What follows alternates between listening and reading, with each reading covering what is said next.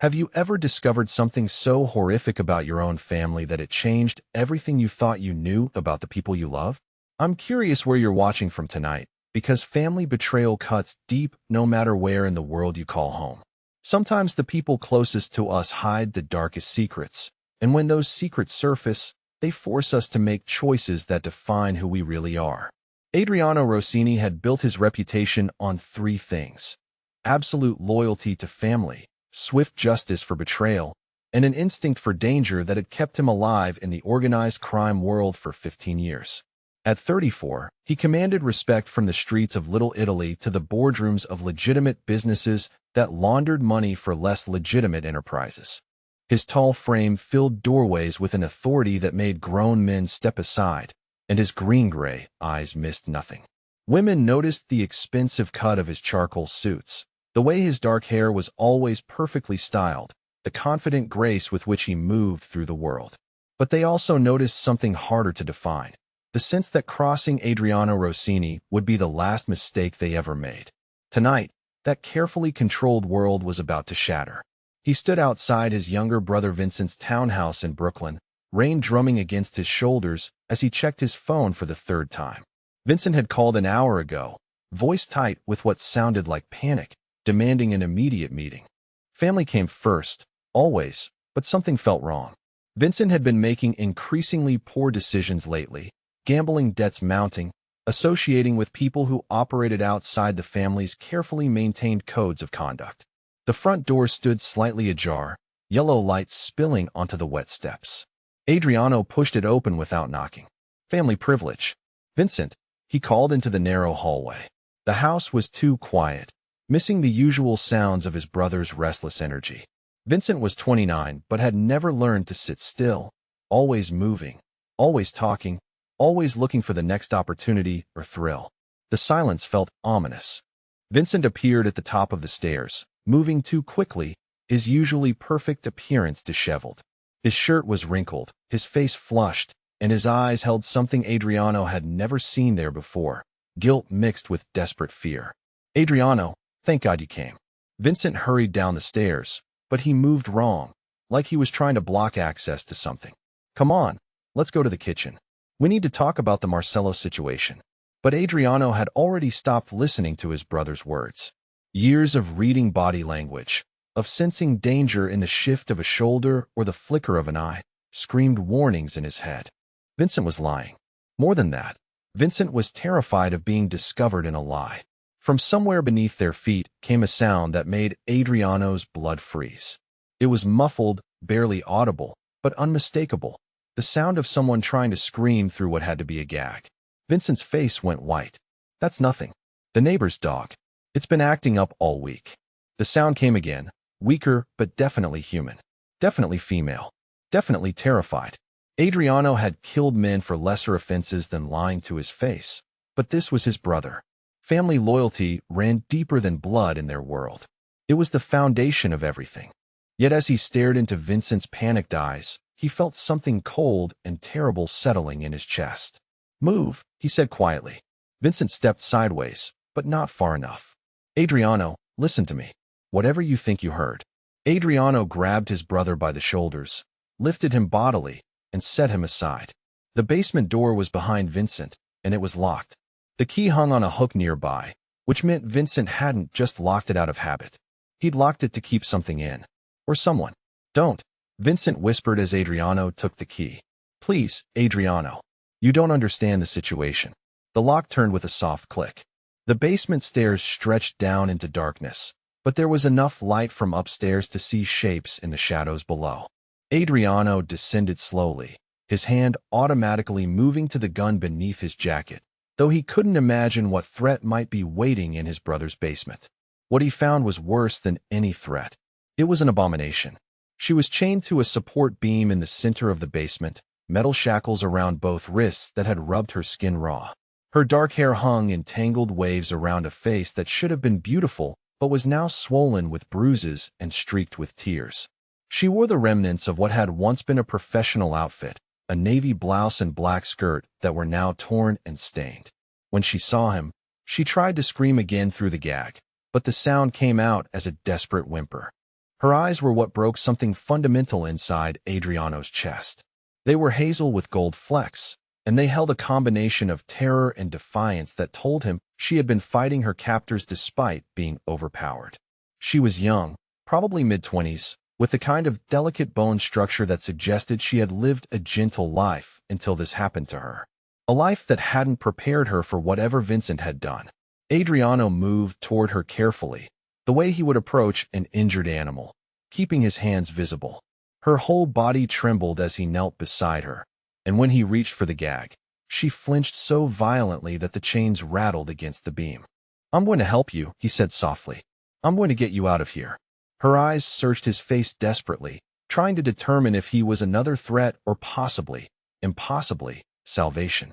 Adriano had never considered himself anyone's salvation, but looking at this woman, at what had been done to her, he felt something shift inside him that he didn't fully understand. The gag was tied too tightly, cutting into the corners of her mouth. As he worked to loosen it, he could see finger-shaped bruises on her throat, defensive wounds on her forearms where she had tried to fight back. Someone had hurt her deliberately, systematically. Someone had chained her in this basement like an animal. The gag came free and she gasped, trying to speak, but managing only a hoarse whisper. "Water, please." Vincent's footsteps on the stairs made them both freeze. Adriano stood slowly, positioning himself between the woman and his brother, his hand moving again to his gun. Vincent reached the bottom of the stairs and stopped, his face a mask of guilt and desperation. "Look, Adriano, I can explain this. It's not what you think." Adriano stared at his brother, this man he had protected and defended and loved for 29 years, and felt something die inside his chest. "What I think is that you have a woman chained in your basement. What I think is that she's been here long enough to dehydrate. What I think is that someone beat her badly enough to leave marks that will take weeks to heal. It's business," Vincent said quickly. "She's collateral. Insurance on a debt that someone owes us. She's not supposed to be hurt. She's just supposed to be held until the debt is paid." Adriano looked back at the woman, who was watching this exchange with growing horror as she realized that both men were involved in organized crime. When her eyes met his, he saw her fragile hope beginning to crumble. "Who's dead?" he asked Vincent without looking away from her face. Vincent shifted uncomfortably. "Marcello's operation. They borrowed money from me for a territory expansion. When they couldn't pay, I took their most valuable asset." "She's not an asset," Adriano said, his voice dropping to the tone that made grown men reconsider their life choices. "She's a human being, and she's terrified out of her mind." The woman made a small sound, and both men looked at her. She was trying to speak again, her voice gaining strength with each word. "I don't know anyone named Marcello. I'm a teacher. I teach art at Roosevelt Elementary. I was walking to my car after parent conferences, and someone grabbed me. That was..." She stopped, confusion clouding her bruised features. "What day is it?" Vincent's face flushed darker. "Tuesday." She closed her eyes as if absorbing a physical blow. 3 days. I've been here for 3 days." Adriano felt rage building in his chest like a living thing, hot and consuming. "Vincent, tell me you didn't grab a random woman off the street." "She's not random," Vincent protested. "Marcello said she was his girl. He said she meant everything to him. Taking her was supposed to motivate him to pay faster." "I've never heard the name Marcello before in my life," the woman said, and her voice was getting stronger as her shock faded and her anger surfaced. "Someone kidnapped me, chained me like an animal, and held me prisoner for 3 days because of some man I don't even know." Adriano looked at Vincent and saw the truth in his brother's increasingly panicked expression. Vincent had grabbed the wrong woman. In his desperation to collect on Marcello's debt, he had kidnapped an innocent elementary school teacher who had no connection to their world whatsoever. The rage that had been building in Adriano's chest exploded into something white-hot and deadly. Before Vincent could speak, before he could offer another excuse or explanation, Adriano had his gun in his hand. Vincent's eyes went wide. "Adriano, wait. Let me fix this. Let me make this right. You chained an innocent woman in a basement for 3 days, Adriano said, his voice deadly calm. You tortured a school teacher because you're too incompetent to verify your intelligence before you act. There is no fixing this, Vincent. There is no making this right. Please, Vincent whispered. I'm your brother. And you were hers. Adriano said, looking back at the woman who was staring at them both with a mixture of terror and fascination. You were supposed to protect innocents, not brutalize them. The gun fired once, the sound echoing off the basement walls like thunder. Vincent crumpled to the floor, and Adriano felt something fundamental break inside him as he watched his brother die. The woman screamed, a sound of pure shock and horror that seemed to echo long after the gunshot had faded. Adriano holstered his weapon and knelt beside her again, this time focusing on the shackles around her wrists. "I'm sorry you had to see that," he said as he examined the locks. "But I couldn't let him hurt anyone else." She was hyperventilating now, her whole body shaking violently. "You killed him. You killed your own brother." "Yes," Adriano said simply, producing a small set of lock picks from his jacket. "Because he deserved to die for what he did to you." The locks were simple, designed more for intimidation than security. As Adriano worked, he found himself stealing glances at her face. Even battered and terrified, she was beautiful in a way that caught at something deep in his chest. There was intelligence in her eyes, and strength that had carried her through 3 days of hell. She was exactly the kind of woman he had always admired from a distance, but never allowed himself to pursue. His world was too dangerous, too dark, too violent for someone innocent and good. The first shackle opened with a soft click, and she gasped as blood flow returned to her hand. The second followed quickly, and suddenly she was free for the first time in 3 days. She rubbed her wrists, staring at the raw marks the chains had left, and then looked up at him with an expression he couldn't read. "You're going to let me go?" Adriano studied her face. This woman whose name he didn't even know, who had been brutalized because of his family's business, and felt something shift inside his chest. Something protective and possessive and completely inappropriate given the circumstances. "What's your name?" he asked instead of answering her question. "Isabella," she whispered. "Isabella Romano." "Isabella," he repeated, liking the way it felt in his mouth. "My name is Adriano Rossini, and I'm going to take care of you now." She shook her head quickly. "I need to go home. I need to call the police. People will be looking for me." Adriano helped her to her feet, steadying her when she swayed. She was smaller than he had realized, the top of her head barely reaching his shoulder. The size difference made him even more aware of how helpless she had been down here, how completely at Vincent's mercy. "Isabella," he said gently, "you can't call the police. This situation is more complicated than you understand. Vincent had partners who won't be happy that their collateral is gone. If you go home, if you try to return to your normal life, they'll find you. And next time, there won't be anyone to rescue you." Her hazel eyes searched his face desperately. "Are you saying I'm still a prisoner? Just with a different captor?" "I'm saying you're under my protection now," Adriano corrected. "And that means you're safer than you've been since this started." He could see her trying to process this, trying to understand how her life had gone from teaching children to draw pictures to standing in a basement with a dead man, while a mafia boss offered her protection. It was too much for anyone to handle, let alone someone whose biggest daily stress had probably been managing classroom supplies. Isabella swayed again, and this time Adriano caught her before she could fall. She was dehydrated, exhausted, and probably in shock. She needed medical attention, food, rest, and safety, none of which she could get if he let her walk out into the night alone. "Come on," he said, sliding his arm around her waist to support her weight. "Let's get you out of here." She leaned against him because she had no choice, but he could feel the tension in her body, the way she held herself ready to run if the opportunity presented itself. Smart woman. In her position, he would be looking for escape routes too. They climbed the stairs slowly, Isabella's strength clearly flagging with each step. By the time they reached the main floor, she was leaning heavily against his side, and Adriano found himself hyper-aware of her warmth, her scent beneath the fear and basement mustiness, the way her body fit against his. Inappropriate, he told himself firmly. She had just been traumatized. She was vulnerable and terrified and completely dependent on him for survival. The last thing she needed was for him to notice how good she felt in his arms. His car was parked outside, a black sedan that managed to look both expensive and unremarkable. As they walked toward it, Isabella looked around the quiet Brooklyn street, as if memorizing details. "Where are you taking me?" she asked. "Somewhere safe," Adriano replied, helping her into the passenger seat. "Somewhere you can recover." As he drove through the rain-slicked streets toward his Manhattan penthouse, Adriano found himself stealing glances at Isabella Romano. She sat quietly, staring out the window at the city lights, her hands folded carefully in her lap to hide the raw marks on her wrists. She was probably wondering if she had traded one nightmare for another, if the man who had saved her was just a different kind of monster. The truth was, Adriano wasn't sure himself. He had killed his own brother tonight without hesitation, and now he was bringing a complete stranger into his home, into his protected space. A stranger who represented everything good and innocent that his world typically destroyed.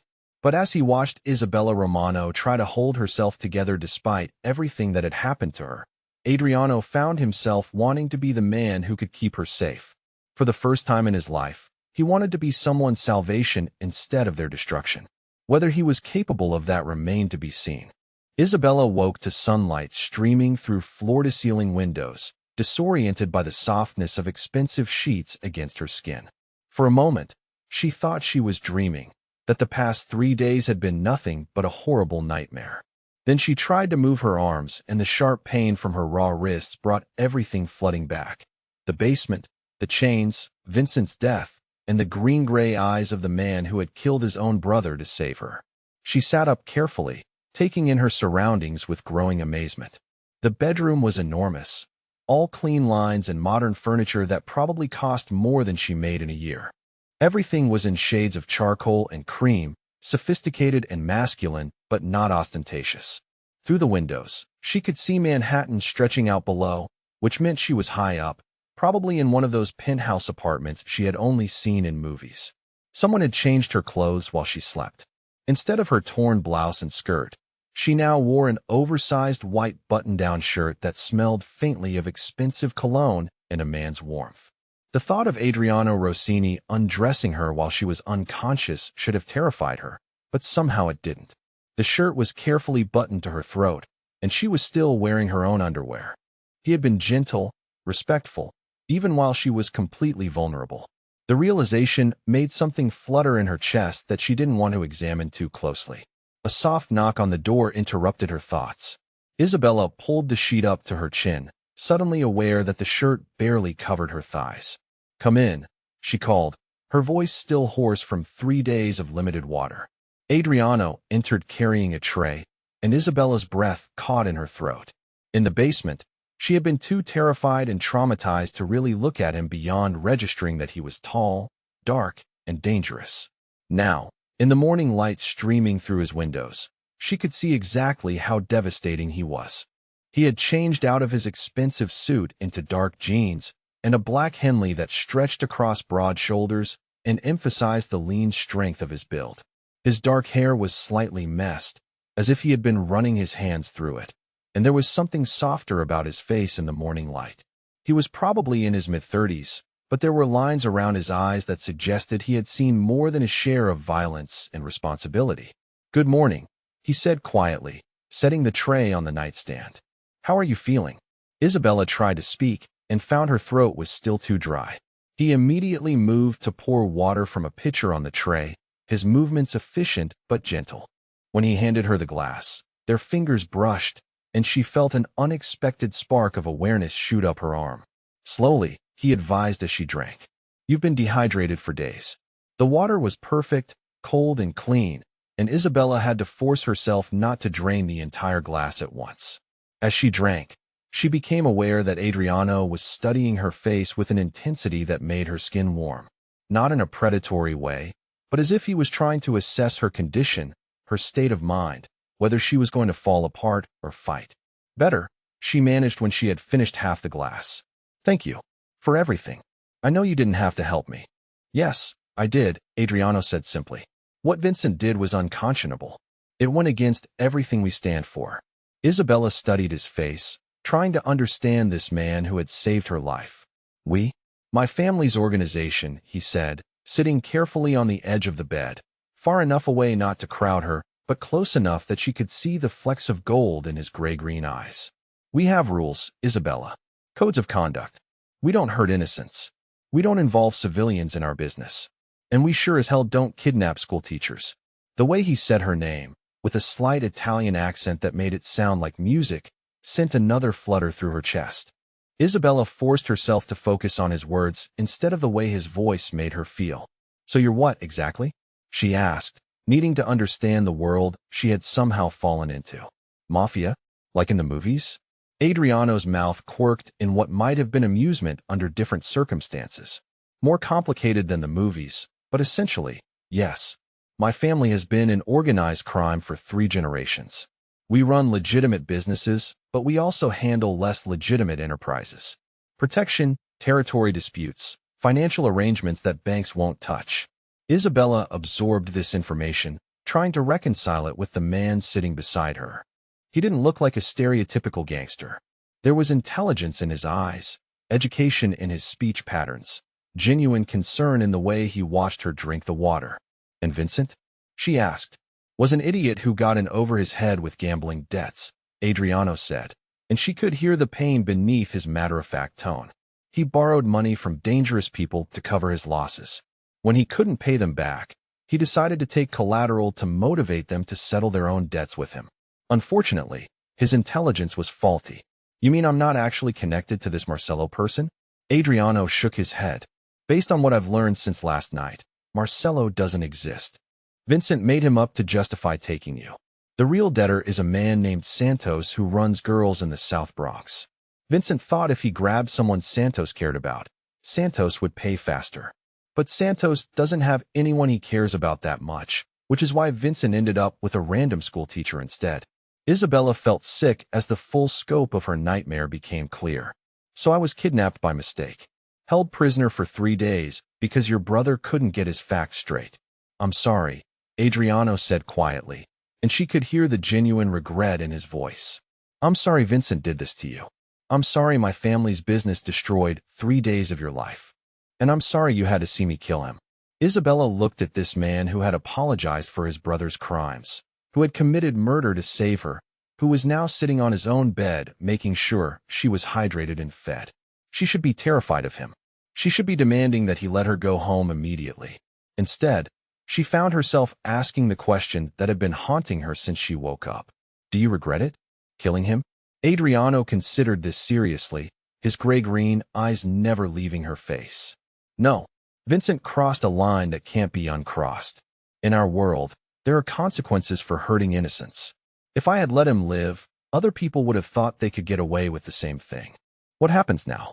Isabella asked, though she was afraid she already knew the answer. "Now you stay here while I clean up Vincent's mess," Adriano said. "Santos still thinks he can use you as leverage. So do Vincent's other associates. Until I convince them otherwise, you're not safe on your own." Isabella set down her water glass, her hands shaking slightly. "So I'm still a prisoner, just in a nicer cage." Adriano's expression softened in a way that made her chest tight. "You're under my protection. There's a difference." He reached for her hand before seeming to catch himself, his fingers hovering just above her bruised wrist. "May I?" he asked quietly. Isabella nodded, not trusting her voice. His touch was incredibly gentle as he examined the raw marks left by the shackles, his calloused fingertips barely grazing her damaged skin. "These need proper care," he said, his voice rougher than before. "I have medical supplies." "You don't have to," Isabella started to say, but he was already moving, returning to the tray and producing a first aid kit that was clearly well-stocked and frequently used. "I caused this," he said simply. "My family's business, my responsibility to fix it." As Adriano carefully cleaned her wounds with antiseptic, Isabella found herself studying his face from close range. He had impossibly long lashes for a man, and a small scar through his left eyebrow that suggested he hadn't always been the one with the gun. His hands were large and obviously capable of violence, but they were infinitely careful with her injuries. "Tell me about your life," he said as he worked, apparently trying to distract her from any discomfort. Before this happened, Isabella tried to think of her apartment, her classroom, her daily routines, but they seemed like they belonged to someone else now. "I teach art at Roosevelt Elementary. 3rd graders mostly. I have my own apartment in Queens, nothing fancy, but it's mine. I don't have any family left. My parents died in a car accident when I was 21. No boyfriend?" Adriano asked, and there was something carefully neutral in his tone that made her look at him more closely. Not for almost a year, Isabella admitted. I don't date much. Work keeps me busy, and most men don't understand why I want to spend my time with 80-year-olds who paint everything purple. Their loss, Adriano said quietly, applying antibiotic ointment to her wrists with the same careful attention he might give to defusing a bomb. The sincerity in his voice made Isabella's cheeks warm. She had been kidnapped, held prisoner, traumatized, and yet somehow this dangerous man was making her blush with a simple compliment. What about you? She found herself asking. Family? Girlfriend? Adriano's mouth curved slightly as he began wrapping her wrists with soft bandages. No girlfriend. My lifestyle doesn't lend itself to relationships with civilian women. Too dangerous. As for family, my mother lives in the family compound in New Jersey. Vincent was my only sibling. Was, Isabella repeated softly, hearing the pain he was trying to hide. I'm sorry. Even though he hurt me, I know losing him must be difficult. Adriano finished wrapping her second wrist and looked up at her, something vulnerable flickering in his eyes. Vincent wasn't always like this. When we were kids, he was funny, generous, protective of people smaller than him. I don't know when he changed, when he started making decisions based on fear instead of principles. People change when they're desperate, Isabella said quietly. Maybe he thought he was handling the situation the only way he knew how. Maybe, Adriano agreed, but his voice suggested he wasn't ready to forgive his brother yet, even in death. Either way, his choices created this situation, and now I need to make sure his mistakes don't hurt you any further. The tray also held toast, fruit, and what looked like homemade scrambled eggs. Isabella's stomach clenched with hunger, and Adriano immediately noticed. Eat, he said, moving the tray to her lap. You need to get your strength back. Did you make this? Isabella asked, taking a bite of eggs that were perfectly cooked and seasoned. I cook, Adriano said with a slight shrug. Living alone, you learn to take care of yourself. The domesticity of it struck her as surreal. This man could kill without hesitation, commanded what was apparently a criminal organization, and lived in a penthouse that probably cost more than she would make in her entire lifetime. Yet he had gotten up this morning and made her breakfast with his own hands. I need to call my school, Isabella said suddenly, reality crashing back over her. I've been missing for 3 days. They'll have called the police, started a search. My principal will be frantic. Adriano nodded as if he had been expecting this. I'll handle it. What's your principal's name? Mrs. Patterson, Isabella said automatically, then stopped. How exactly are you going to handle it? I have people who are very good at creating believable cover stories, Adriano explained. As far as anyone knows, you had a family emergency and had to leave town suddenly. You'll be back to work in a few days, once this situation is resolved. Isabella stared at him, trying to process the casual way he discussed manipulating her entire life. You can't just erase 3 days and expect everything to go back to normal. Normal ended when Vincent chained you in that basement, Adriano said gently but firmly. Right now, normal is staying alive long enough for me to eliminate the threats against you. Everything else is secondary. The finality in his voice should have frightened her, but instead Isabella found herself oddly reassured. Here was a man who took responsibility seriously, who had already sacrificed his own family to protect her. If he said he would keep her safe, she believed him. How long? She asked quietly. A few days, maybe a week, Adriano said. Depends on how quickly Santos and his people can be convinced that pursuing you is a fatal mistake. Isabella nodded, surprising herself by accepting this bizarre situation with more calm than she would have expected. Maybe it was shock, or maybe it was something about the way Adriano looked at her, like she was precious and worth protecting.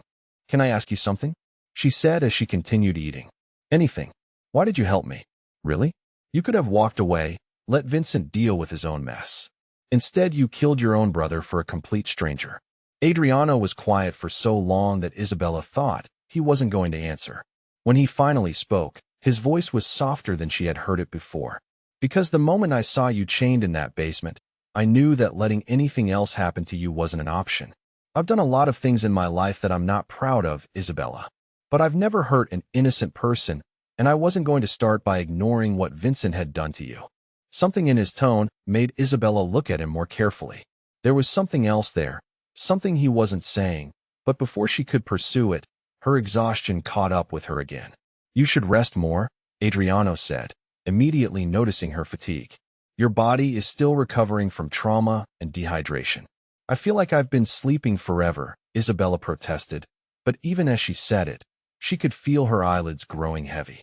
Sleep is how you heal, Adriano said, taking the tray from her lap.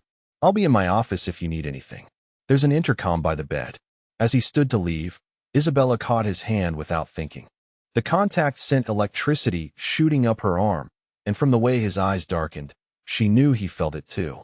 Thank you, she said quietly. For everything. I know you didn't ask for any of this.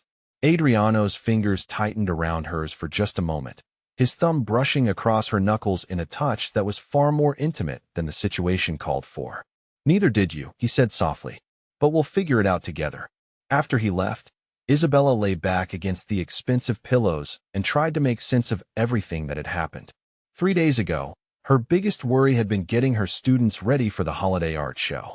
Now she was lying in a Mafia boss's bed, wearing his shirt, letting him tend her wounds like she was something precious that needed protecting. She should be planning her escape, demanding to be taken home, insisting on calling the police regardless of the consequences. Instead, she found herself thinking about the way Adriano's hands had been so careful with her injuries, the way his voice had softened when he talked about keeping her safe, the way something had shifted in his eyes when their hands touched. Isabella Romano had always been practical, responsible, careful with her heart and her trust. But as she drifted back to sleep in Adriano Rossini's penthouse, she found herself wondering if maybe, for once in her life, she was ready to do something completely impractical. Something that might change everything. Isabella woke the second morning to the smell of coffee drifting through the penthouse, rich and dark and infinitely more appealing than the instant coffee she usually made in her tiny queen's apartment. For a moment, she lay still in the enormous bed, listening to the distant sounds of Adriano moving around his kitchen, and tried to process how natural it felt to wake up in his space. She had slept deeply for the first time in days, her body finally relaxing enough to truly rest. The bandages on her wrists were clean and dry, the raw wounds already beginning to heal thanks to Adriano's careful attention.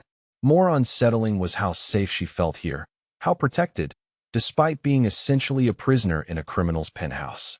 The shirt she had slept in still smelled like him, a combination of expensive cologne and something warmer, more personal. Isabella caught herself breathing it in and forced herself to stop.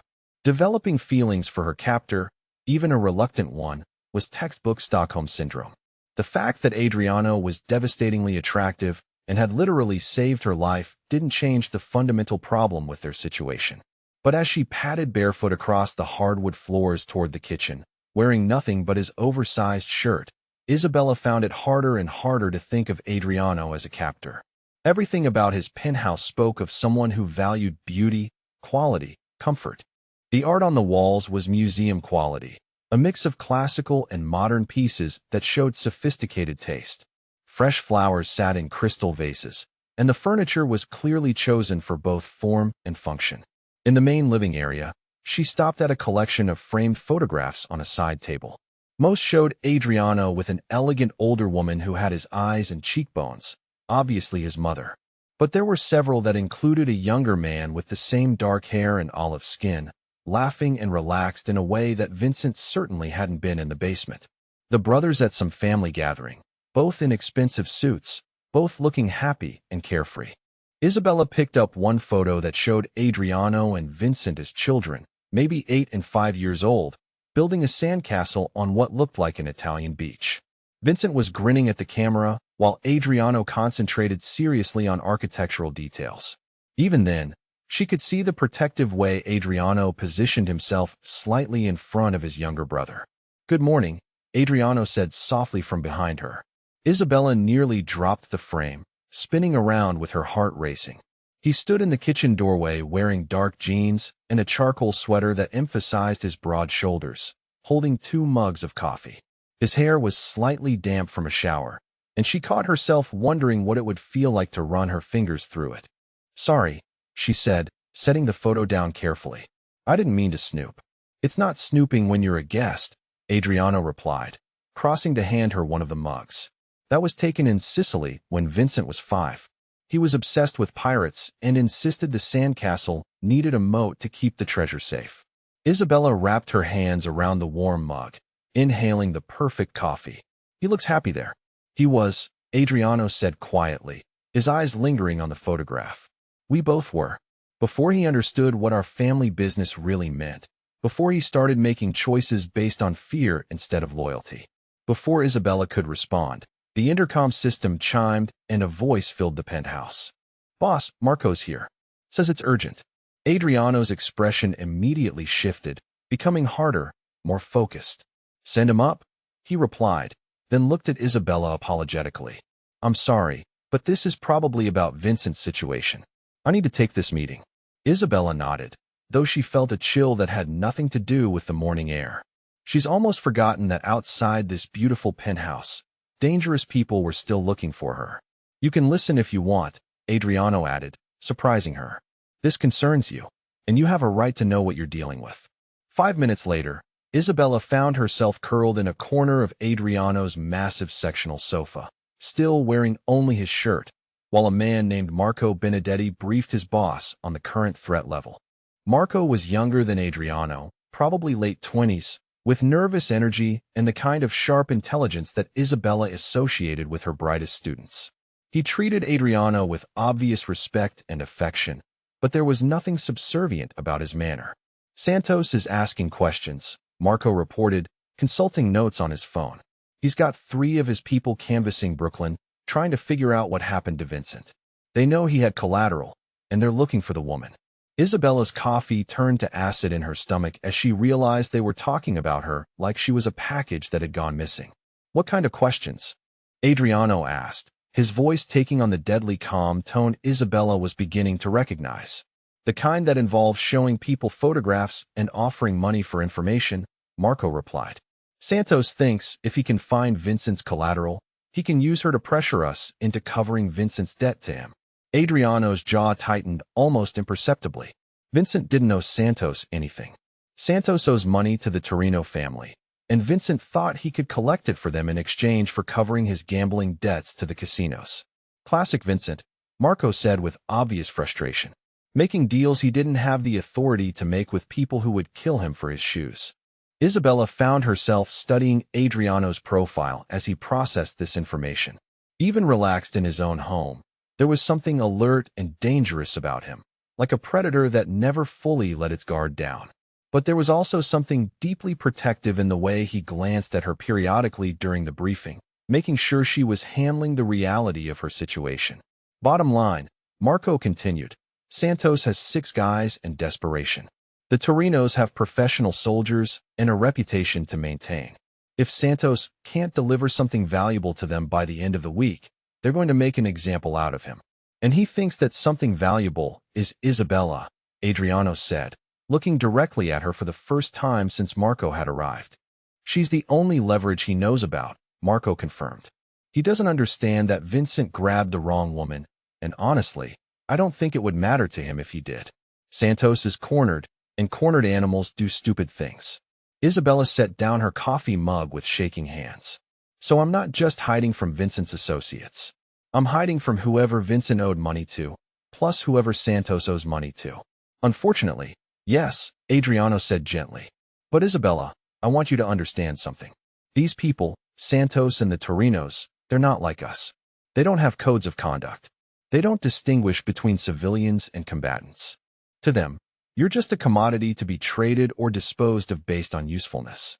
The clinical way he discussed her potential murder should have been terrifying, but instead Isabella found herself oddly reassured by his honesty.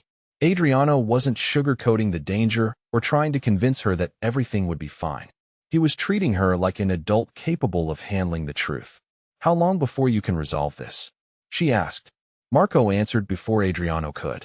Depends on whether we're willing to pay Santos's debt to make this go away, or whether we eliminate Santos and deal with the Torino problem separately. We don't negotiate with people who threaten innocence, Adriano said firmly. Santos made his choice when he decided Isabella was expendable. Marco, I want surveillance on all of Santos's known associates. I want to know where they eat, where they sleep, where they take their morning coffee. And I want options for eliminating this problem permanently without starting a war with the Torinos. Got it, boss, Marco said, standing to leave. What about her? He nodded toward Isabella, but his tone was respectful rather than dismissive. She stays with me until this is resolved, Adriano replied. I'm not letting her out of my sight until Santos and his people are no longer a threat. After Marco left, Isabella and Adriano sat in silence for several minutes, the weight of her situation settling between them like a physical presence.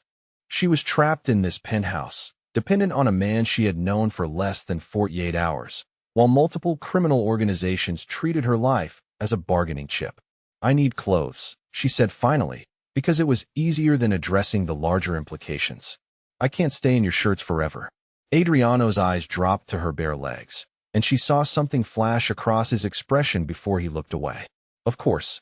We can go shopping this afternoon. Isabella blinked in surprise. We can leave? With security, Adriano clarified. But yes, you can't stay locked in here indefinitely. As long as we're careful, a public outing should be safe enough.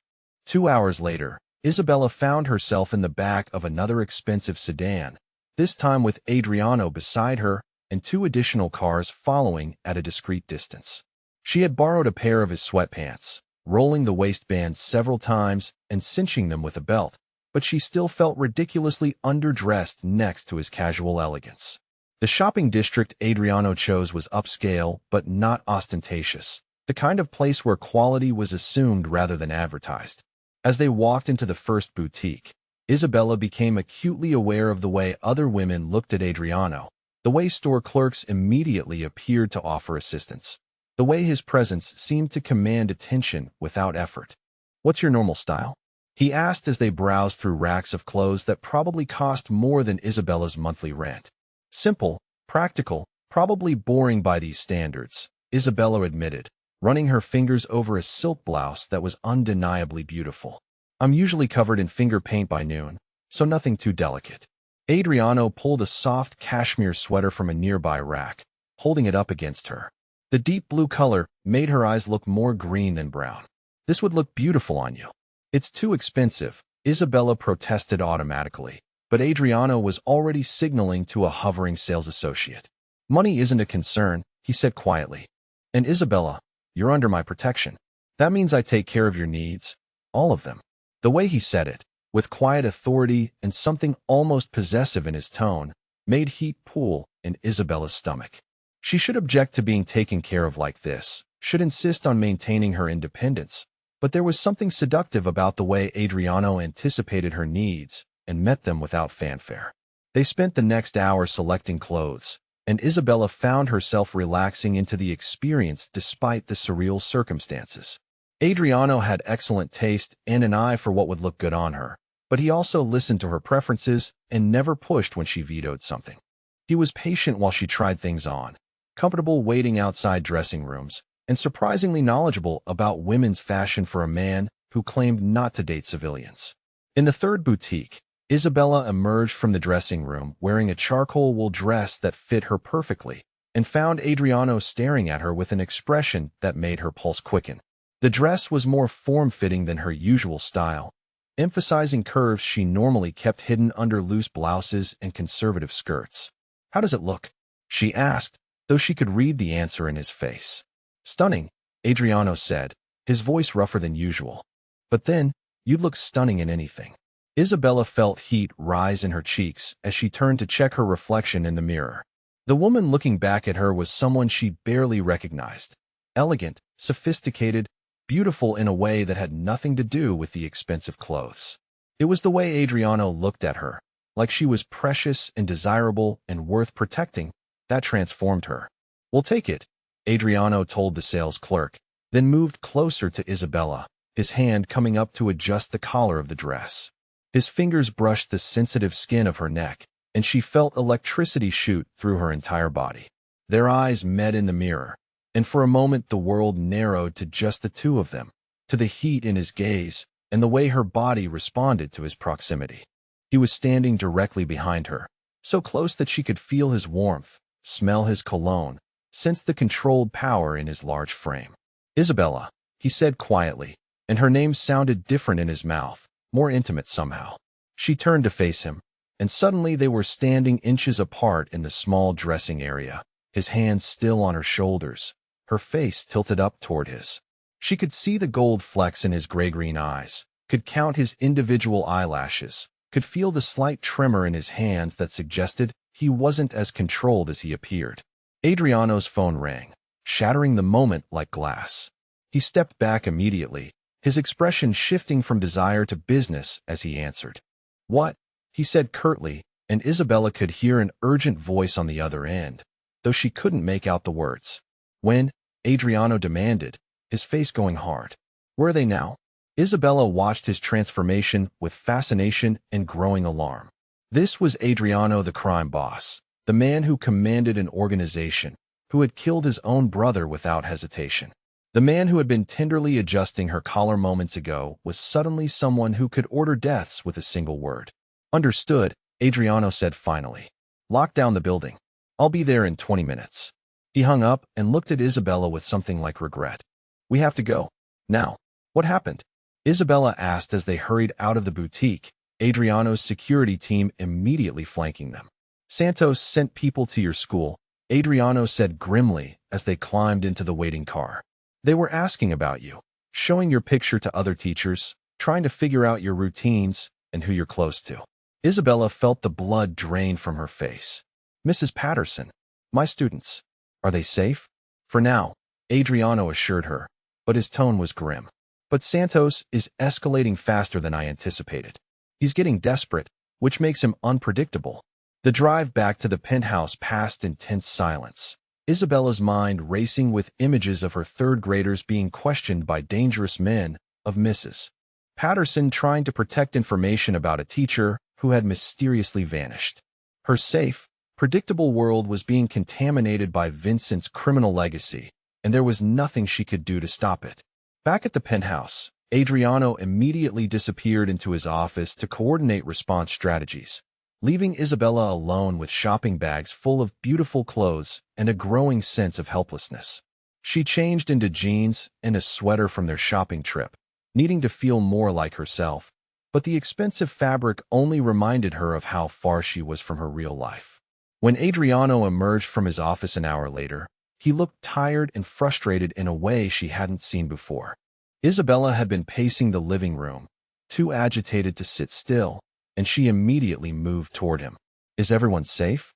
she asked. "Your school is under discreet surveillance," Adriano said. "If anyone tries to approach your classroom or threaten your students, my people will intervene." "But Isabella, this can't continue. Santos is willing to involve civilians now, which changes the rules of engagement." "What does that mean?" Isabella asked, though she suspected she already knew. "It means I have to end this tonight," Adriano said quietly. "Santos and his people can't be allowed to escalate further." Isabella stared at him, understanding flooding through her. "You're going to kill them?" "Yes," Adriano said simply. "All of them. It's the only way to ensure they never threaten you or anyone else again." The casual way he discussed murder should have horrified her, but instead Isabella found herself thinking about her students, about Mrs. Patterson, about all the innocent people who could be hurt because of Vincent's mistakes. These men had already kidnapped her, held her prisoner, and now they were threatening children. Maybe Adriano's solution was harsh, but it was also final. "I want to cook dinner," Isabella said suddenly. Adriano blinked, clearly not expecting this response. "What? Dinner?" Isabella repeated. "If tonight is going to be intense, I want to do something normal first. I want to cook for you." Something softened in Adriano's expression, and he nodded slowly. "I'd like that." Isabella's cooking skills were basic but practical, learned from necessity after her parents died. She found Adriano's kitchen well-stocked but clearly underused, all high-end appliances that looked like they belonged in a restaurant. As she worked, she was aware of Adriano watching her from the breakfast bar, his presence both comforting and distracting. "Tell me about your parents," he said as she chopped vegetables for a simple pasta sauce. Isabella paused, her knife hovering over an onion. "They were good people. Dad was a mechanic, Mom was a nurse. They worked hard, saved money, wanted me to have opportunities they never had. When they died, I almost dropped out of college, but Mom had made me promise to finish no matter what." "What happened?" Adriano asked gently. "Drunk driver," Isabella said, her voice steady despite the familiar ache in her chest. Hit them heating on their way home from my college graduation dinner. They were so proud that night, so excited about my future. 3 hours later, they were gone. Adriano was quiet for a moment, and when Isabella looked up, she saw understanding in his eyes that went beyond sympathy. You know what it's like to lose family suddenly. Different circumstances, but yes, he said. It changes you, doesn't it? Makes you understand how quickly everything you love can be taken away. Isabella nodded, continuing to chop vegetables as a way to keep her hands busy. It's why I became a teacher. My parents always said education was the one thing no one could take away from you. I wanted to give that to kids who might not have anyone else fighting for their futures. And now you're trapped here because of my family's choices, Adriano said, something like self-loathing in his voice. Isabella looked up at him. This man who had saved her life and was now prepared to commit murder to keep her safe, and felt something shift inside her chest. You didn't make Vincent's choices, and you've done everything in your power to protect me from the consequences. I've put you in danger just by existing, Adriano countered. My world, my business, my family's legacy. All of it is toxic to someone like you. Someone like me? Isabella repeated, setting down her knife. Someone good, Adriano said quietly. Someone who spends their days teaching children to create beautiful things instead of learning new ways to destroy them. Someone who still believes the world can be made better instead of accepting that it's fundamentally broken. Isabella studied his face, seeing the exhaustion and cynicism that came from years of violence and moral compromise. Maybe the world is broken, but that doesn't mean we stop trying to fix the parts we can reach. She moved around the kitchen island, stopping directly in front of him. Her hand came up to touch his cheek, and he leaned into the contact like a man starved for gentleness. You saved my life, she said softly. You killed your own brother to protect a stranger. You've surrounded me with security to keep my students safe. Those aren't the actions of someone who's given up on fixing things. Adriano's hand covered hers against his cheek, his eyes closing briefly. Isabella, you don't understand what I am. What I've done. How many people I've hurt in the name of family loyalty and business necessity. Then tell me, Isabella said. Help me understand. For the next hour, as she finished cooking and they shared dinner at his kitchen table, Adriano told her about growing up in a family where violence was a tool and loyalty was the only currency that mattered.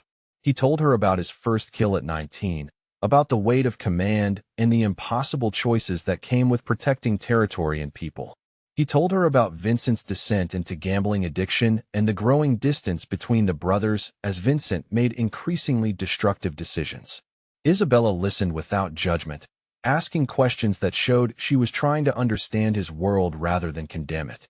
She had grown up believing that good and evil were clearly defined, but listening to Adriano, she began to see that most people lived in the gray spaces between, making the best choices they could with impossible circumstances. When he finished talking, they sat in comfortable silence, the weight of shared vulnerability settling between them. Isabella reached across the table to take his hand, and this time he didn't hesitate to link their fingers together. I should be terrified of you, she said quietly.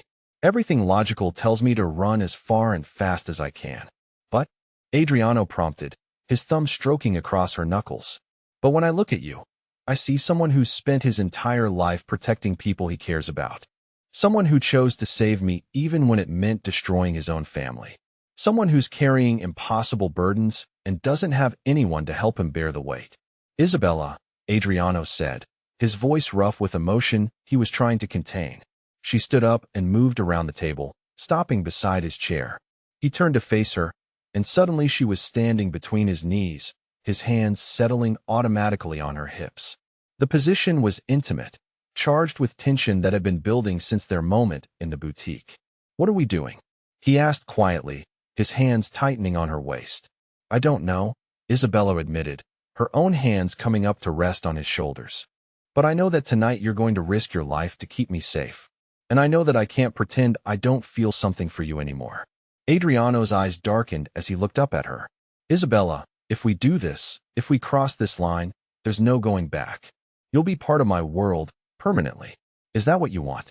Instead of answering with words, Isabella leaned down and kissed him. The kiss started soft, tentative, a question more than a statement. But when Adriano's hand slid up her back to pull her closer, when his mouth opened against hers with desperate hunger, it became something else entirely.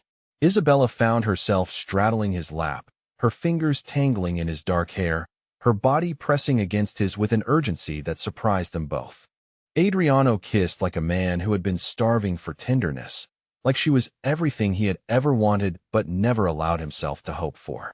His hands roamed her back, her sides, mapping her body with reverent attention, and Isabella felt herself melting against him with a responsiveness she had never experienced before. When they finally broke apart, both breathing hard, Adriano rested his forehead against hers. "Isabella," he whispered, and her name sounded like a prayer. The intercom system chose that moment to chime urgently, Marco's voice filling the penthouse. "Boss, we've got movement. Santos and 4 others just left their base. Looks like they're headed for your location." Adriano's transformation was immediate and complete. The tender lover was replaced by the crime boss in an instant, his hands setting Isabella firmly away from him as he stood. "Stay here," he commanded, already moving toward his office where Isabella assumed he kept weapons and communication equipment. "Don't leave this penthouse for any reason." Isabella watched him stride away, her lips still tingling from his kiss, her body still humming with unfulfilled desire. In the space of a single evening, she had learned the depths of Adriano's pain, shared the most intimate conversation of her life, and discovered that she was falling in love with a man who was about to commit murder to protect her. As she heard him barking orders to his security team, coordinating defensive positions and offensive strikes, Isabella realized that her safe, predictable life as an elementary school teacher was truly over. Whatever happened tonight, whatever choices she made from here, she would never again be the woman who worried about finger paint and parent conferences and whether her students had eaten lunch. She was Adriano Rossini's woman now, for better or worse. And as terrifying as that was, as she listened to him prepare for war in his office, Isabella discovered that she wouldn't change it even if she could. The attack came 2 hours after midnight, when the city was at its quietest and most vulnerable. Isabella woke to the sound of breaking glass somewhere far below them, followed immediately by the sharp crack of gunfire. She sat up in Adriano's bed, her heart hammering against her ribs as she realized that the war he had been preparing for had finally arrived at their doorstep. Adriano appeared in the bedroom doorway wearing tactical gear she hadn't seen before, a gun in each hand, and something lethal and focused in his expression that made him look like a complete stranger. "Stay down, stay away from the windows, and whatever happens, do not leave this room," he commanded, his voice carrying absolute authority. Isabella nodded mutely, pulling the sheet up to her chin as if expensive Egyptian cotton could somehow protect her from bullets and violence. Adriano started to leave, then stopped, his expression softening for just a moment. "This will be over soon," he said quietly. "I promise." Then he was gone, and Isabella was alone with the sounds of warfare echoing through the building. She could hear shouting, more gunfire, the crash of furniture being overturned. Her phone, which Adriano had returned to her the day before, buzzed with an incoming call from an unknown number. "Don't answer that." Marco's voice came from the bedroom's intercom system. "Boss's orders. No communication with anyone until this is resolved." The fighting seemed to last forever, but was probably only minutes. Isabella huddled in the center of the massive bed, listening to the sounds of violence and trying not to imagine Adriano bleeding out in his own penthouse. When the silence finally came, it was somehow worse than the noise had been. "Isabella," Adriano's voice through the intercom, rough with exhaustion. "It's over. You can come out." She found him in the main living area, surveying damage that was extensive but not catastrophic. 2 of the floor-to-ceiling windows had been shot out, letting in cold October air that made the expensive curtains flutter like ghosts. Furniture was overturned. There were bullet holes in the walls, and dark stains on the marble floor that Isabella tried not to look at too closely. "Are you hurt?" she asked, running toward him. Adriano caught her as she reached him, his arms closing around her with desperate relief. "Nothing serious," he said into her hair. "A few scratches. Santos and his people won't be threatening anyone ever again." Isabella pulled back to look at him properly. There was a cut along his left cheekbone that was still bleeding sluggishly, and his knuckles were scraped raw. His tactical gear was torn in several places, and there was something in his eyes that spoke of violence recently committed. "Let me clean those cuts," she said, reaching up to touch his face gently. "Isabella." "I'm fine," Adriano protested, but he didn't pull away from her touch. "You're bleeding," she said firmly, "and I need to do something useful before I fall apart from the adrenaline." 20 minutes later, they were in his bathroom, Isabella carefully cleaning the cut on Adriano's cheek with antiseptic while he sat on the edge of his enormous bathtub. He had removed the tactical gear, revealing a black t-shirt that was torn across the ribs and stained with what she hoped was someone else's blood. "This might sting," she warned, dabbing at the wound with a cotton pad. "Hey." Adriano's hands settled on her waist as she worked, and Isabella became acutely aware that she was wearing only one of his shirts and a pair of underwear, that they were alone in his intimate space, that the crisis had passed and left them both buzzing with the particular energy that came from surviving something dangerous together. "You were incredible tonight," she said quietly as she applied a small bandage to his cheek. "The way you protected us, protected me. I've never seen anything like it." "Isabella," Adriano said, his voice strained. "You shouldn't have had to see any of it. You shouldn't be here, taking care of wounds from a firefight in my living room. This isn't the life you chose." "But I am here," Isabella pointed out, moving to examine his scraped knuckles. "And I am choosing, every moment, to stay." "Why?" Adriano asked, catching her hands in his. "Why would you choose this?" "Choose me? You could have any life you want. Any man who could give you safety and normalcy and a future that doesn't involve bulletproof glass and security details." Isabella looked down at their joined hands, his so much larger than hers, scarred from years of violence, but infinitely gentle when they touched her. "Because when I'm with you, I feel more alive than I ever have before. Because you see me, really see me, not just the safe elementary school teacher, but the woman underneath who wants more than she's ever admitted to herself." She took a breath, gathering courage for what she needed to say. "Because 3 days ago, I thought I knew what love was supposed to feel like. Comfortable, predictable, safe. But what I feel for you isn't any of those things. It's terrifying and consuming and completely impossible. And I can't imagine my life without it anymore." Adriano stared at her for a long moment, something raw and vulnerable flickering in his gray-green eyes. "Isabella," he said quietly, his hands tightening on hers. "Are you telling me you love me?" "I'm telling you I'm in love with you," Isabella corrected. "Completely, desperately, despite every logical reason why I shouldn't be. I love your strength and your gentleness and the way you've turned your life upside down to keep me safe. I love that you made your own brother pay the ultimate price for hurting me. I love that you trust me enough to let me take care of your wounds." "Isabella," Adriano breathed, and then he was kissing her with a desperation that spoke of fear and relief and emotions too complex to name. His hands cupped her face like she was precious and fragile, and Isabella could taste something almost like tears on his lips. When they broke apart, both breathing hard, Adriano rested his forehead against hers. "I love you too," he whispered, the words seeming to be torn from somewhere deep in his chest. "I've been in love with you since that first night, when you looked at me in that basement like I might be your salvation instead of your destruction. I've never felt anything like this before, never wanted to protect someone so completely that I'd burn down the entire world to keep them safe." Isabella's heart clenched at the raw honesty in his voice.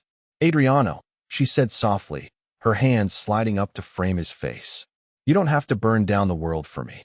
You just have to let me love you." Something broke open in Adriano's expression, years of careful control and emotional distance crumbling under the weight of her acceptance. "Isabella," he said, and her name was a prayer and a plea and a promise all at once. This time when he kissed her, it was different. Slower, deeper, filled with something that went beyond desire into territory that was purely emotional. Isabella found herself melting against him, her body responding to his touch with an urgency that surprised her. She had never been particularly passionate, had always been the good girl who dated carefully and loved cautiously. But with Adriano, she felt like someone completely different, someone brave enough to take what she wanted.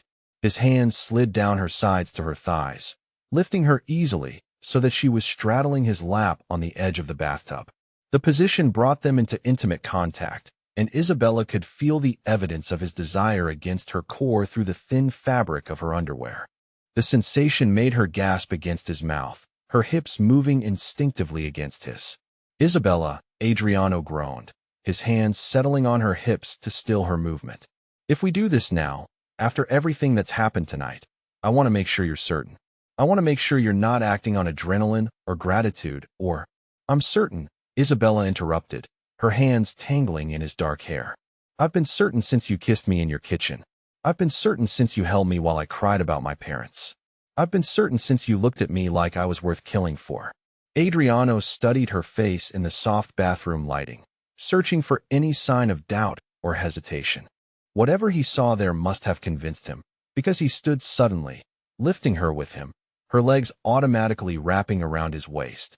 Not here, he said against her neck, pressing hot kisses to her throat that made her shiver. You deserve better than a bathroom counter for your first time with me. He carried her to his bedroom, setting her down gently beside his enormous bed. The room was lit only by the city lights filtering through the windows, creating an intimate atmosphere that made everything feel dreamlike and surreal. Isabella could hardly believe this was happening, that she was here with this incredible man who looked at her like she was the most precious thing in his world. Are you nervous? Adriano asked softly, his hands settling on her waist, but not pushing, not demanding, just holding. Yes, Isabella admitted, but not because I don't want this. Because I want it so much it scares me. Isabella, Adriano said, stepping closer so that they were breathing the same air. I need you to know something. This isn't just physical for me. This isn't just about desire or attraction or the adrenaline from tonight. What I feel for you, it's everything. You've changed everything about how I see the world, how I see myself. His hands came up to frame her face, thumbs stroking across her cheekbones with infinite tenderness. I've never made love to someone I was in love with before. I've never wanted to give someone every part of myself, all the broken pieces and the darkness and the small bits that might still be worth saving. You're not broken, Isabella said fiercely, her own hands coming up to cover his. You're the strongest, most honorable man I've ever known. You've spent your entire life protecting people, carrying burdens that would destroy most people, and you're still capable of this much gentleness. She rose up on her toes to kiss him softly. Let me love all of you, Adriano. The darkness and the light and everything in between. What followed was unlike anything Isabella had ever experienced before. Adriano undressed her with reverent attention, his hands and mouth mapping every inch of skin he revealed as if he was memorizing her by touch. He told her she was beautiful in English and Italian, his voice rough with emotion and desire, and Isabella found herself believing him in a way she never had before. When he touched her, it was with a combination of passion and tenderness that made her feel cherished and desired, and completely safe all at once. He took his time, building her pleasure slowly and deliberately, watching her face with an intensity that made her feel like the center of his entire universe. Isabella had never been particularly vocal in bed before, but with Adriano, she found herself unable to contain the sounds of pleasure he drew from her. Every touch sent fire racing through her veins. Every kiss made her arch against him, seeking more contact, more connection, more of everything he was offering. When he finally joined with her, it was with a slowness that spoke of restraint and consideration, giving her time to adjust, time to breathe, time to process the incredible intimacy of being connected to him this way.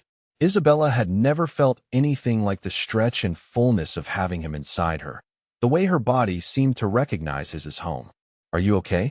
Adriano asked against her neck, his voice strained with the effort of holding still. More than okay, Isabella gasped, her hands sliding down his back to pull him closer. Adriano, please. I need you to move. What followed was a dance of give and take, of whispered endearments and desperate kisses, of two people discovering what it meant to be completely vulnerable with someone else. Isabella lost herself in the rhythm they created together, in the way Adriano's eyes never left her face, in the feeling of being loved with an intensity that made her previous experiences pale in comparison. When her climax hit, it was with a force that surprised them both, her body arching beneath his as waves of pleasure crashed over her. Adriano followed moments later, her name on his lips like a prayer as he buried his face in her neck and shuddered against her. Afterward, they lay tangled together in his expensive sheets, Isabella's head on his chest, listening to his heartbeat slow back to normal.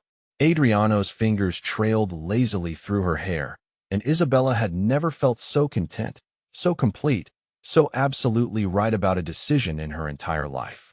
That was, Adriano said quietly into the darkness. Perfect, Isabella finished, pressing a kiss to his chest. That was perfect. They lay in comfortable silence for several minutes before Adriano spoke again, his voice thoughtful. Isabella, I need to ask you something, and I need you to really think about your answer. Isabella lifted her head to look at him, concern flickering through her post-love, making haze. What is it? Marry me, Adriano said simply. Isabella blinked, certain she had misheard. What? Adriano shifted so they were facing each other, his expression serious despite the intimacy of their position. Marry me, Isabella. Not because you have to, not because it's practical or necessary for your protection. Marry me because I love you and I want to spend the rest of my life making sure you never regret choosing me. Adriano, Isabella said slowly, trying to process what he was asking. We've known each other for 5 days. 5 days, 5 months, 5 years, Adriano said, his hand coming up to stroke her cheek. It wouldn't change what I feel for you. It wouldn't change the fact that you've become essential to me in ways I didn't even know were possible. Isabella, I've never wanted forever with anyone before. I've never even believed in forever. But with you, I can't imagine anything else. Isabella stared at him. This man who had saved her life and then turned her world completely upside down with the force of his love. Everything about this situation was insane, impractical, moving far too fast for any reasonable person. But looking into his gray-green eyes, seeing the vulnerability and hope there, Isabella realized that she had stopped being a reasonable person the moment she chose to stay in his world. Yes, she said quietly. Adriano went very still. Yes, yes, I'll marry you, Isabella repeated, her voice growing stronger with each word. Because I love you and I trust you and I can't imagine my life without you in it anymore. Because when I think about my future, you're in every single picture. Because you make me feel brave enough to choose happiness over safety. Adriano's smile was brilliant, transforming his entire face and making him look years younger. He kissed her deeply, rolling them over so she was beneath him again, and Isabella could feel his renewed arousal against her thigh. How soon? He asked against her lips. How soon can you arrange it? Isabella countered, her own hands beginning to explore his body with new confidence. Tomorrow, if you want, Adriano said, his mouth moving to her neck. I have connections with judges who can expedite paperwork. Isabella laughed, the sound bright and joyful in the dark room. Tomorrow seems a little fast, even for us. But soon, very soon, as Adriano began making love to her again, slower this time, more deliberately, Isabella marveled at how completely her life had changed in less than a week. She had gone from safe, predictable Isabella Romano, elementary school teacher, to Isabella Reminiscento Brosini, fiancée of a Mafia boss, woman in love with danger and passion and a future she couldn't have imagined. The transformation should have terrified her. Instead, as Adriano whispered promises of love and protection and forever against her skin, Isabella felt like she was finally becoming the woman she was always meant to be. When they woke the next morning, sunlight streaming through the windows that hadn't been shot out, Isabella found Adriano watching her with an expression of such tender love that it made her chest tight with emotion. Good morning, my future wife, he said softly, pressing a kiss to her forehead. Good morning, my future husband, Isabella replied, and the words felt natural and right despite how impossible their entire situation was.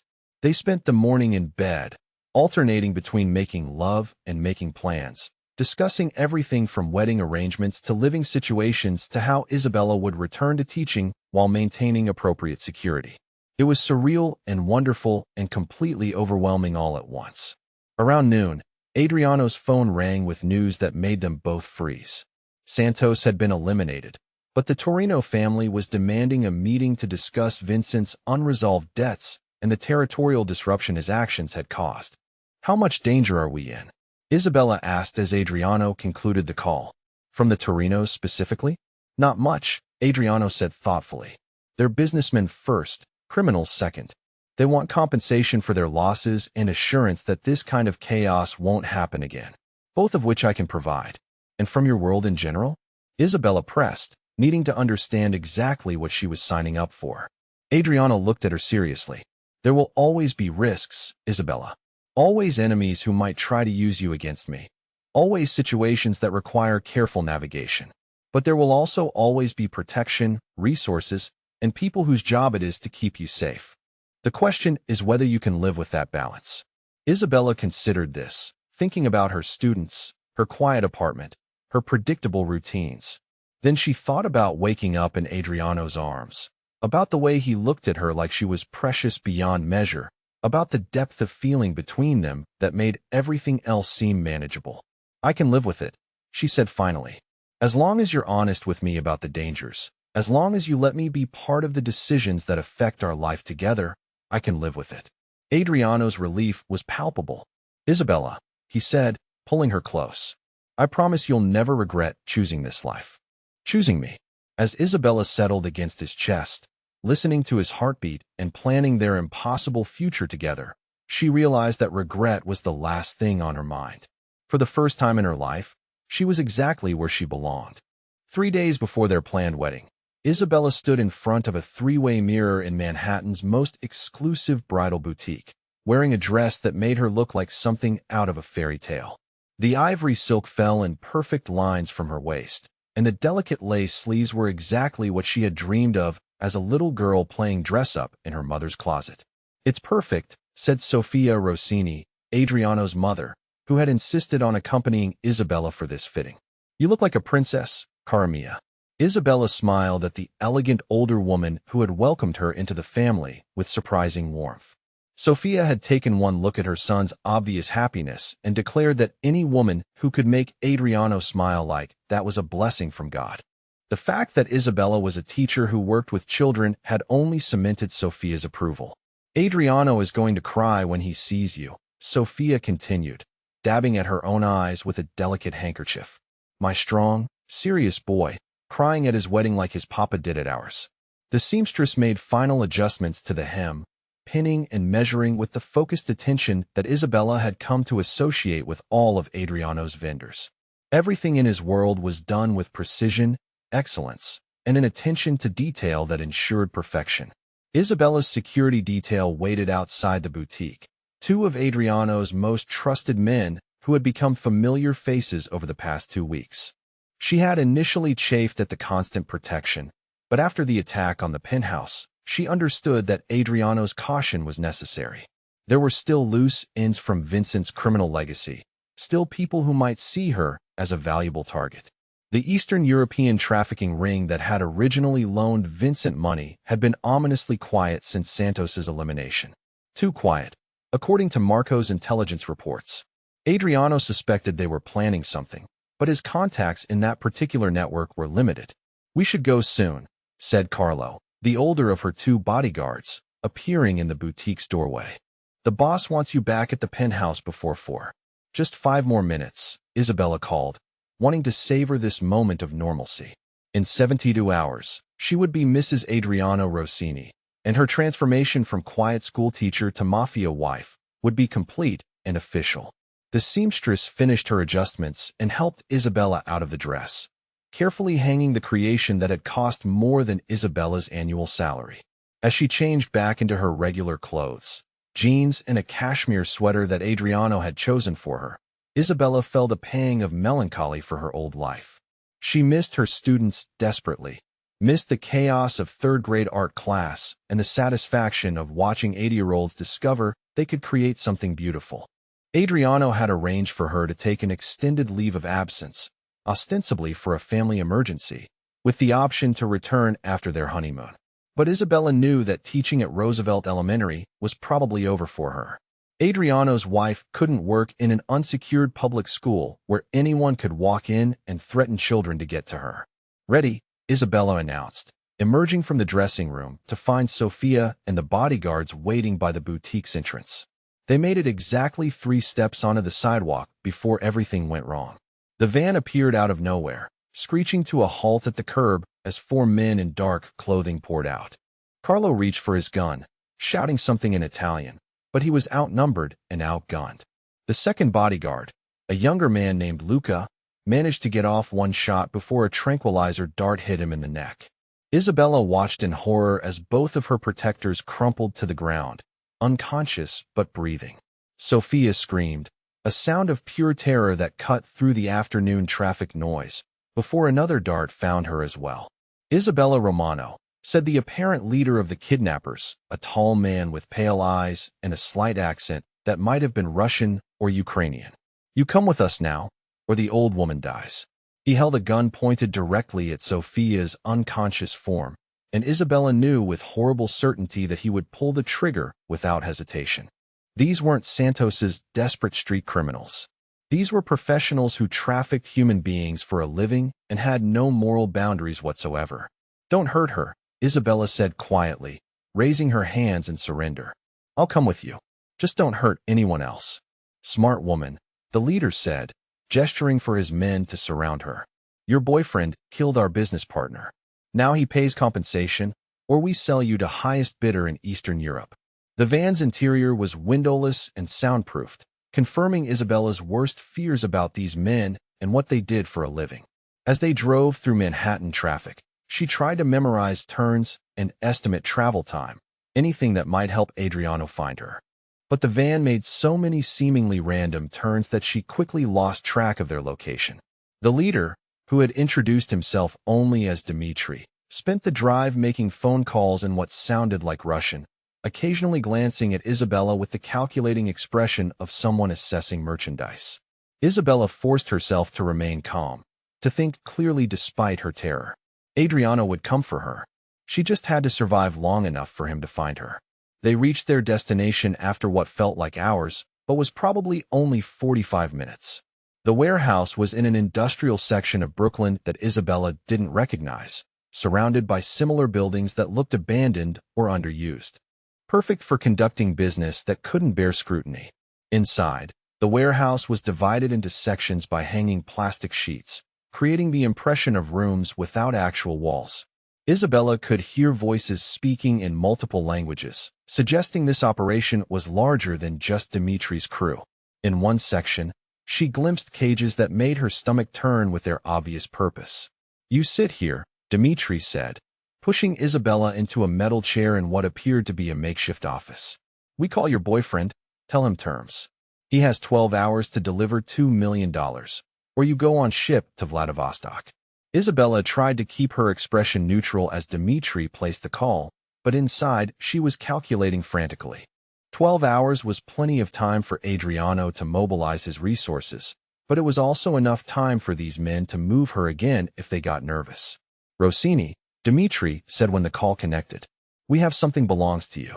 Isabella could hear Adriano's voice through the phone, deadly calm, but with an undercurrent of rage that made her shiver. Whatever Adriano was saying, it was making Dimitri's confident expression falter slightly. Your woman is safe for now, Dmitri said. But if you want her to stay that way, you bring us $2 million cash by midnight tonight. For Vincent's debt and the trouble you caused our business. The call ended abruptly, and Dmitri looked at Isabella with something like respect. Your boyfriend, he is not afraid. Most men, they beg and cry when we take their women. He just promises to kill us all very slowly. Over the next several hours, Isabella listened to Dimitri's men coordinate their operation with the casual efficiency of people who had done this many times before. They discussed moving locations, arranging transportation, and preparing for what they clearly expected to be a violent confrontation with Adriano's organization. But they also made mistakes that Isabella cataloged carefully. They underestimated her, talking freely in front of her as if she was already broken merchandise. They left her restraints loose enough that she could work on them gradually. And they positioned her chair near a section of wall that backed up to what sounded like an alley. Based on the traffic noise she could hear through the thin metal. Around 10 p.m., Isabella managed to slip one hand free of her restraints. The rope had been cutting into her wrists, leaving fresh wounds over the healing marks from Vincent's basement, but she ignored the pain. She had perhaps 2 hours before Adriano's deadline, and she needed to be ready to help when he arrived. because she knew he was coming. The only question was whether she could position herself to assist in her own rescue, instead of being a liability he had to protect. The attack began at 11:30 with an explosion that rocked the entire warehouse.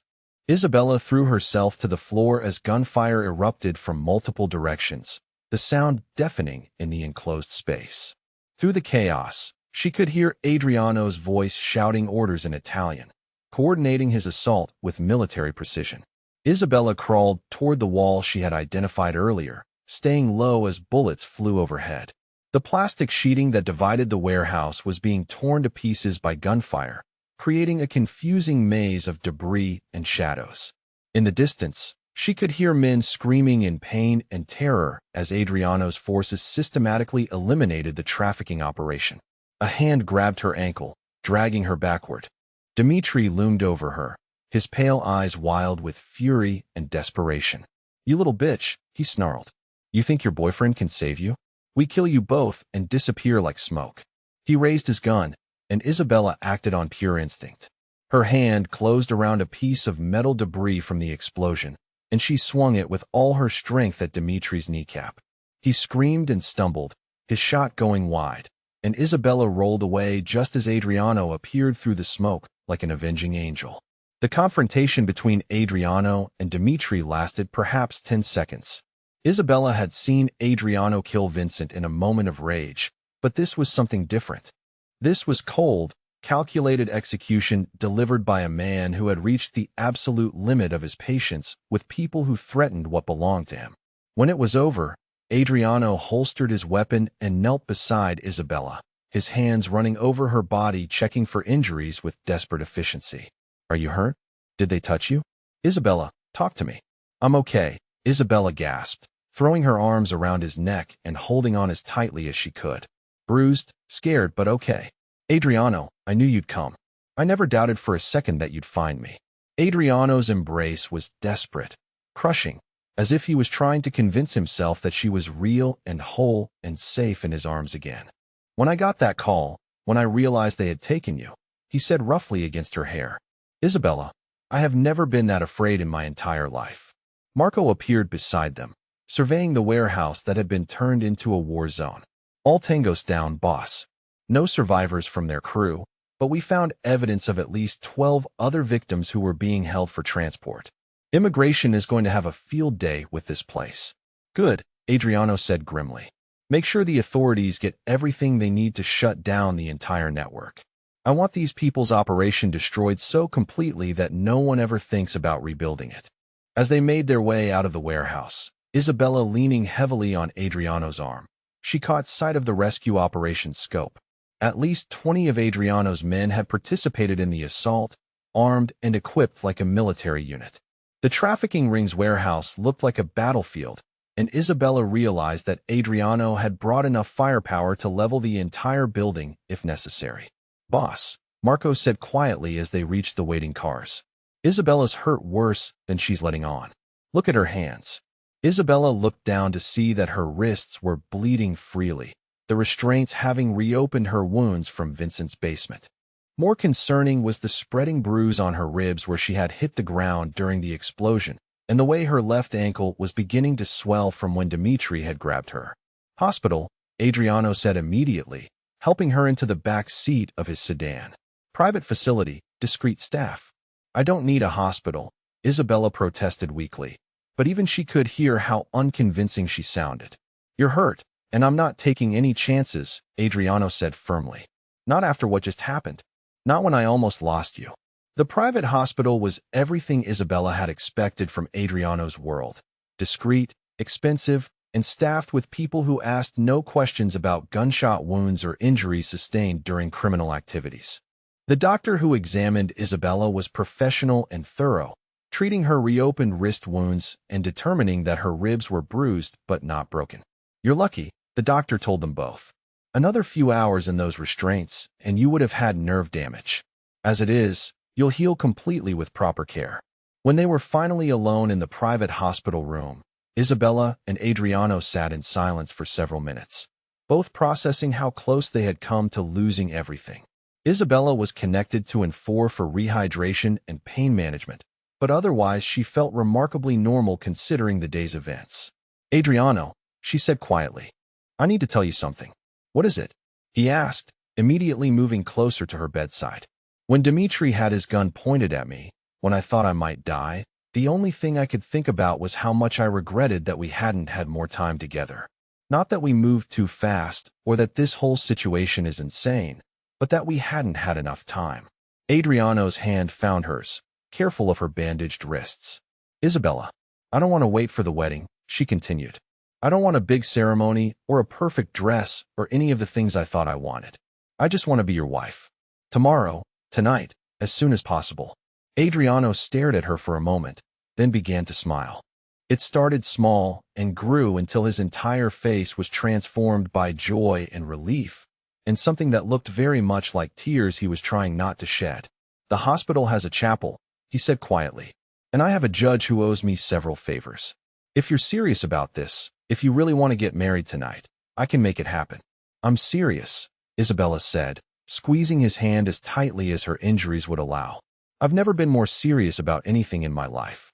2 hours later, Isabella Romano became Isabella Rossini in a small ceremony in the hospital chapel, wearing a borrowed dress from one of the nurses and holding a bouquet of flowers that Marco had somehow procured at midnight. Sophia arrived just in time, recovered from her tranquilizer dart, and crying happy tears as she watched her son marry the woman who had brought light back into his eyes. The ceremony was simple, intimate, and absolutely perfect. When Adriano kissed his new wife, sealing their impossible love story with a promise of forever, Isabella knew that every terrible thing that had happened to bring them together had been worth this moment. They were married, they were alive, and they were finally, truly safe in each other's love. The reception at Adriano's family estate in New Jersey was everything their midnight hospital wedding hadn't been: elegant, elaborate, and filled with people Isabella was still learning to navigate. The Rossini compound sprawled across 20 acres of manicured gardens and classical architecture, the kind of generational wealth that spoke of old money and older power. Isabella stood beside her new husband on the terrace overlooking the gardens, wearing the ivory silk dress from the boutique that Sophia had insisted on having delivered despite the circumstances. The seamstress had worked through the night to make final adjustments, and the result was perfection that made Isabella feel like she truly belonged in Adriano's world. "You look stunning, Mrs. Rossini," Adriano murmured against her ear, his arm tightening around her waist. "Though I have to admit, I preferred our actual wedding. Just us, what mattered?" Isabella smiled up at him, this man who had become her everything in the space of 3 weeks. "I loved our real wedding too. But Sophia would have killed us both if we hadn't given her a chance to celebrate properly." The guest list was a fascinating cross-section of Adriano's life. Family members who ran legitimate businesses alongside those who clearly didn't, childhood friends who had chosen different paths, and associates whose precise occupations Isabella had learned not to ask about. Everyone treated her with respect that went beyond simple politeness, recognizing her as someone who had fundamentally changed their boss's life for the better. Marco raised his champagne glass as the crowd gathered around them. "To Adriano and Isabella," he announced, his voice carrying across the terrace. "May their love be modern enough to survive the times, and old-fashioned enough to last forever." The applause was warm and genuine, and Isabella felt tears threaten as she looked around at all these people who had welcomed her into their complicated family. 6 months ago, she had been alone in the world except for her students. Now she was surrounded by protection, affection, and belonging that felt almost overwhelming. As the evening continued, Isabella found herself in conversation with people whose stories fascinated and sometimes alarmed her. Adriano's cousin Maria ran a chain of high-end restaurants that definitely weren't just restaurants. His childhood friend Tony had become a federal judge, which explained Adriano's ability to expedite marriage licenses. And his mother's brother Giuseppe apparently controlled most of the concrete contracts in the tri-state area. "I know it's a lot to take in," Sophia said, appearing at Isabella's elbow with fresh champagne. "Our family, our way of life. But you fit, Cara. You make my son happy in a way I never thought I'd see." "He makes me happy too," Isabella replied honestly. "Happier than I ever imagined I could be." "Good," Sophia said firmly. Because happiness is precious, and anyone who threatens it must be dealt with accordingly. That is how our family works. The casual way Sophia discussed protecting happiness through violence should have bothered Isabella more than it did. But after everything she had experienced, after seeing how Adriano's world operated and what threats existed in the shadows, Isabella found Sophia's fierce protectiveness oddly comforting. As the reception wound down, Isabella and Adriano stole a quiet moment in Sophia's rose garden, away from the music and laughter and well-meaning relatives. The October air was crisp but not cold, and Isabella pulled her cashmere wrap closer as they walked among the perfectly maintained flower beds. "Do you ever regret it?" Adriano asked suddenly. "Choosing this life, choosing me. It's been 3 weeks of violence and danger and situations no elementary school teacher should ever have to face." Isabella stopped walking and turned to face him fully. "Adriano Rossini," she said firmly, "the only thing I regret is that it took getting kidnapped for us to find each other.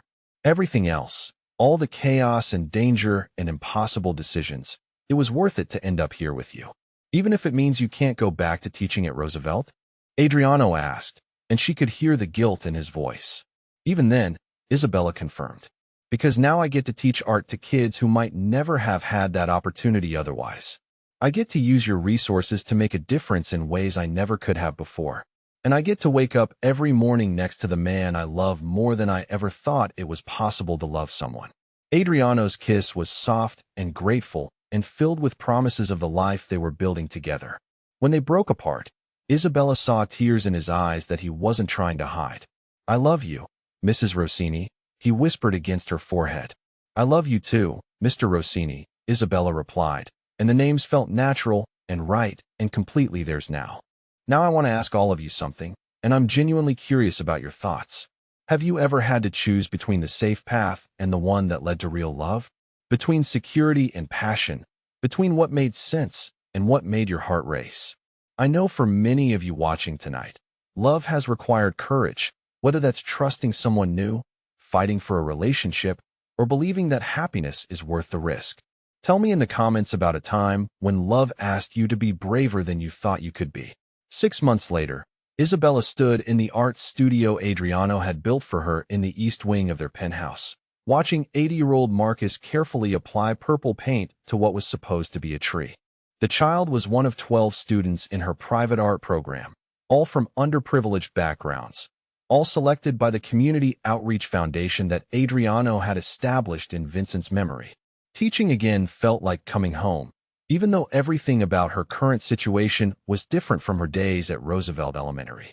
These children were brought to her by private transport, their families compensated for their participation, and the art supplies were the finest money could buy. But the joy in their faces when they created something beautiful was exactly the same. Mrs. Isabella called Sophia, a shy 7-year-old who had become Isabella's favorite. "Can you help me with the horse? I can't get the legs right." "Of course, sweetheart," Isabella replied, moving to kneel beside the child's easel. "Remember what we talked about. Horses have strong legs because they need to run fast. So we make them thick and powerful, like this." As she guided Sophia's small hand, Isabella felt the familiar flutter in her stomach that had become her constant companion over the past month. She hadn't told Adriano yet, wanting to wait until she was absolutely certain, but the pregnancy test hidden in her bathroom drawer had been unambiguously positive. The idea of bringing a child into Adriano's world should have terrified her, but instead Isabella found herself excited about the prospect of raising a little boy or girl who would know they were loved beyond measure and protected absolutely. Their child would grow up understanding both strength and gentleness, both power and responsibility. The studio door opened, and Adriano entered, still wearing his suit from whatever legitimate business meeting had occupied his morning. The children looked up with bright smiles, having grown accustomed to their teacher's husband appearing periodically to check on their progress. "Mr. Adriano," Marcus called out, "look at my tree. It's purple because that's my favorite color, and Mrs. Isabella says art doesn't have to look like real life." "That's beautiful, Marcus," Adriano said seriously, examining the painting with the same attention he gave million-dollar business deals. "Purple trees are definitely more interesting than brown ones." Isabella watched her husband interact with the children, noting the way his entire demeanor softened when he was around them. The way he listened to their chatter about school and friends and favorite cartoons, as if their concerns were the most important things in the world. He would be an amazing father. After the children left with their escorts, Isabella and Adriano sat in the studio surrounded by drying paintings and the controlled chaos of a successful art class. Isabella had been planning to wait until tonight to share her news, but looking at Adriano as he carefully organized the children's supplies, she couldn't contain it any longer. "Adriano," she said quietly, "I have something to tell you." He looked up immediately, his expression shifting to concern. "Are you all right? Is something wrong?" "Nothing's wrong," Isabella assured him quickly. "In fact, something's very right." She reached into her desk drawer and pulled out the pregnancy test, setting it carefully on the table between them. Adriano stared at it for a long moment, his expression unreadable, before his eyes moved to her face. "Isabella," he said slowly, "are you telling me we're having a baby?" "We're having a baby," Isabella confirmed, her own smile growing as she watched understanding dawn in his expression. What followed was a celebration that involved Adriano lifting her off her feet and spinning her around the studio while she laughed and protested about being careful with the artwork. When he finally set her down, his hands immediately moved to her still flat stomach, his touch reverent and protective. "When?" he asked softly. 7 months, Isabella replied. "Early summer, if everything goes well." Adriano's kiss was soft and sweet and filled with joy so pure it made Isabella's chest tight with emotion. When they broke apart, he rested his forehead against hers, his hands still protectively covering their child. "I love you," he whispered. "Both of you. More than I have words to express." "We love you too," Isabella replied, covering his hands with her own. That evening, they celebrated with Sophia over dinner at the family estate, the older woman crying happy tears as she talked about spoiling her first grandchild and teaching them to speak Italian and cooking all the traditional family recipes. The joy and excitement were infectious, and Isabella found herself overwhelmed with gratitude for this family she had gained, this life she had never expected to want. Later, as they lay in bed in their penthouse, Isabella's head on Adriano's chest while he traced gentle patterns on her back, she found herself thinking about the basement where they had first met. The chains, the fear, the moment when Adriano had chosen to save her instead of walking away. "What are you thinking about?" Adriano asked softly. "That night in Vincent's basement," Isabella replied. "When you found me chained to that beam and decided to help me instead of leaving." Adriano's hand stilled on her back. "Why?" "Because that was the moment everything changed," Isabella said, lifting her head to look at him. "Not just for me, but for you too. You could have walked away. You could have decided that Vincent's mistakes weren't your responsibility. But you chose to save me, and in doing that, you saved yourself too." "Isabella," Adriano said quietly, his hand coming up to stroke her cheek. "When you found me in that basement, I was chained and broken and completely helpless. Tonight, I'm lying in our bed, pregnant with our child, surrounded by family and love and a future I couldn't have imagined. You didn't just rescue me from that basement. You rescued me from a life I didn't even know was too small for me." Adriano's eyes were bright with unshed tears as he pulled her up for a kiss that tasted of promises and forever. "You saved me too," he whispered against her lips.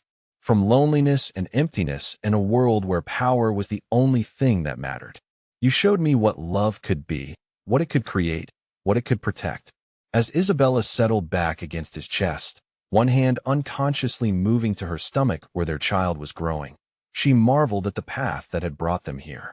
3 weeks of terror and violence and impossible choices had led to 6 months of happiness deeper than anything she had ever experienced. She had been Isabella Romano, elementary school teacher, living a safe and predictable life. Now she was Isabella Rossini, wife to a man who would move mountains to protect her, mother to a child who would know unconditional love, teacher to children who needed someone to believe in their potential. The transformation should have been impossible. But as Adriano's breathing evened out in sleep beside her, his arm tightened protectively around her waist, Isabella knew that sometimes the most impossible things were also the most true. Love had found them in the darkest possible place and transformed them both into people they never thought they could be. And now they had forever to discover just how beautiful their impossible love story could become. In the morning, they would continue building their life together, expanding the art program, planning for their child, navigating the complexities of Adriano's world with wisdom and care. There would be challenges and dangers and moments that tested their strength. But there would also be love, deeper and stronger than chains, more powerful than fear, more lasting than any threat the world could devise against them. And that love would be more than enough to carry them through whatever came next, forever and always, just as they had promised each other in a small hospital chapel at midnight, when nothing mattered except the two of them and the impossible love that had transformed them both.